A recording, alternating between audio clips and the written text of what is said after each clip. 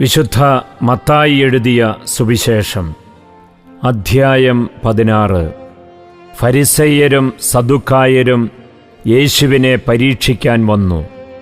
തങ്ങൾക്ക് സ്വർഗത്തിൽ നിന്ന് ഒരടയാളം നൽകണമെന്ന് അവർ അവനോട് ആവശ്യപ്പെട്ടു. അവൻ പ്രതിവചിച്ചു, വൈകുന്നേരം നിങ്ങൾ പറയുന്നു, ആകാശം ചെമന്നിരിക്കുന്നു, കാലാവസ്ഥ പ്രസന്നമായിരിക്കും. രാവിലെ നിങ്ങൾ പറയുന്നു, ആകാശം ചെമന്ന് മൂടിയിരിക്കുന്നു, ഇന്ന് കാറ്റും കോളുമുണ്ടാകും. ആകാശത്തിൻ്റെ ഭാവഭേദങ്ങൾ തിരിച്ചറിയാൻ നിങ്ങൾക്ക് കഴിയുന്നു.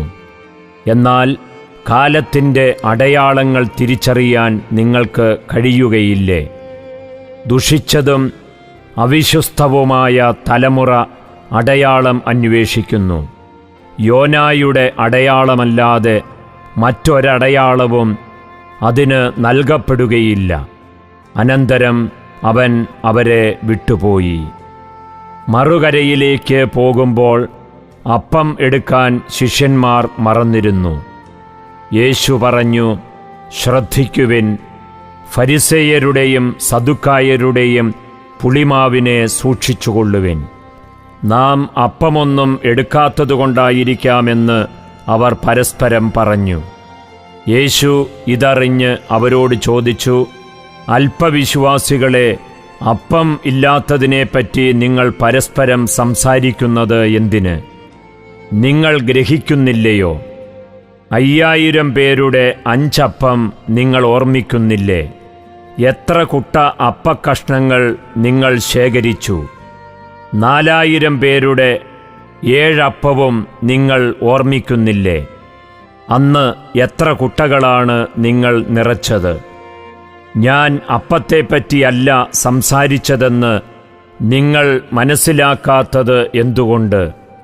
ഫരിസേയരുടെയും സദുക്കായരുടെയും പുളിമാവിനെ സൂക്ഷിച്ചുകൊള്ളുവിൻ.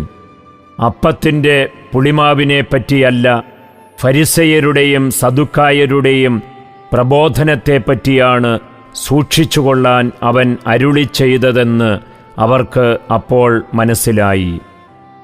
യേശു കേസറിയ ഫിലിപ്പി പ്രദേശത്ത് എത്തിയപ്പോൾ ശിഷ്യന്മാരോട് ചോദിച്ചു, മനുഷ്യപുത്രൻ ആരെന്നാണ് ജനങ്ങൾ പറയുന്നത്?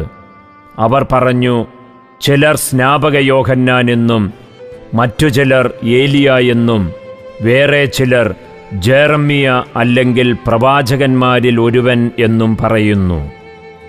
അവൻ അവരോട് ചോദിച്ചു, എന്നാൽ ഞാൻ ആരെന്നാണ് നിങ്ങൾ പറയുന്നത്? ശിമയോൻ പത്രോസ് പറഞ്ഞു, നീ ജീവനുള്ള ദൈവത്തിൻ്റെ പുത്രനായ ക്രിസ്തുവാണ്. യേശു അവനോട് അരുളിച്ചെയ്തു, യോനായുടെ പുത്രനായ ശിമയോനെ, നീ ഭാഗ്യവാൻ. മാംസരക്തങ്ങളല്ല, സ്വർഗസ്ഥനായ എൻ്റെ പിതാവാണ് നിനക്ക് ഇത് വെളിപ്പെടുത്തി തന്നത്. ഞാൻ നിന്നോട് പറയുന്നു, നീ പത്രോസാണ്, ഈ പാറമേൽ എൻ്റെ സഭ ഞാൻ സ്ഥാപിക്കും. നരക കവാടങ്ങൾ അതിനെതിരെ പ്രബലപ്പെടുകയില്ല. സ്വർഗരാജ്യത്തിൻ്റെ താക്കോലുകൾ നിനക്കു ഞാൻ തരും. നീ ഭൂമിയിൽ കെട്ടുന്നതെല്ലാം സ്വർഗത്തിലും കെട്ടപ്പെട്ടിരിക്കും.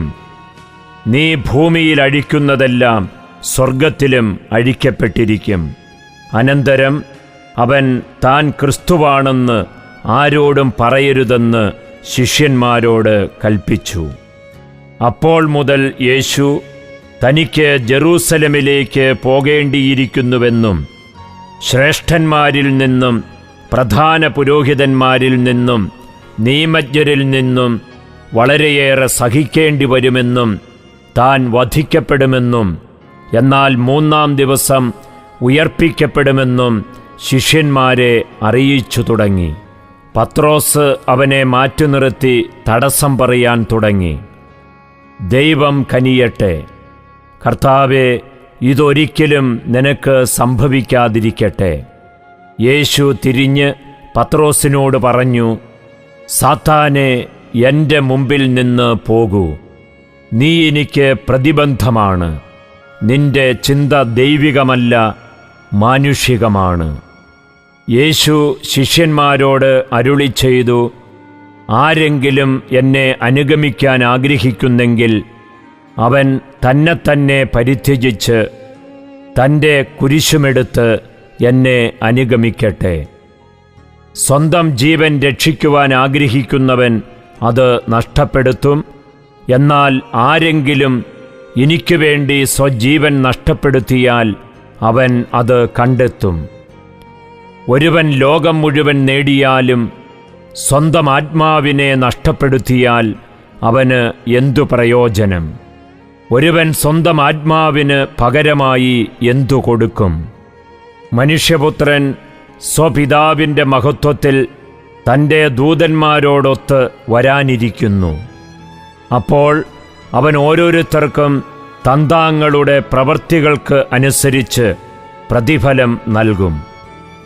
മനുഷ്യപുത്രൻ തൻ്റെ രാജ്യത്തിൽ വരുന്നത് ദർശിക്കുന്നതിന് മുമ്പ് ഇവിടെ നിൽക്കുന്നവരിൽ ചിലർ മരിക്കുകയില്ലെന്ന് സത്യമായി ഞാൻ നിങ്ങളോട് പറയുന്നു.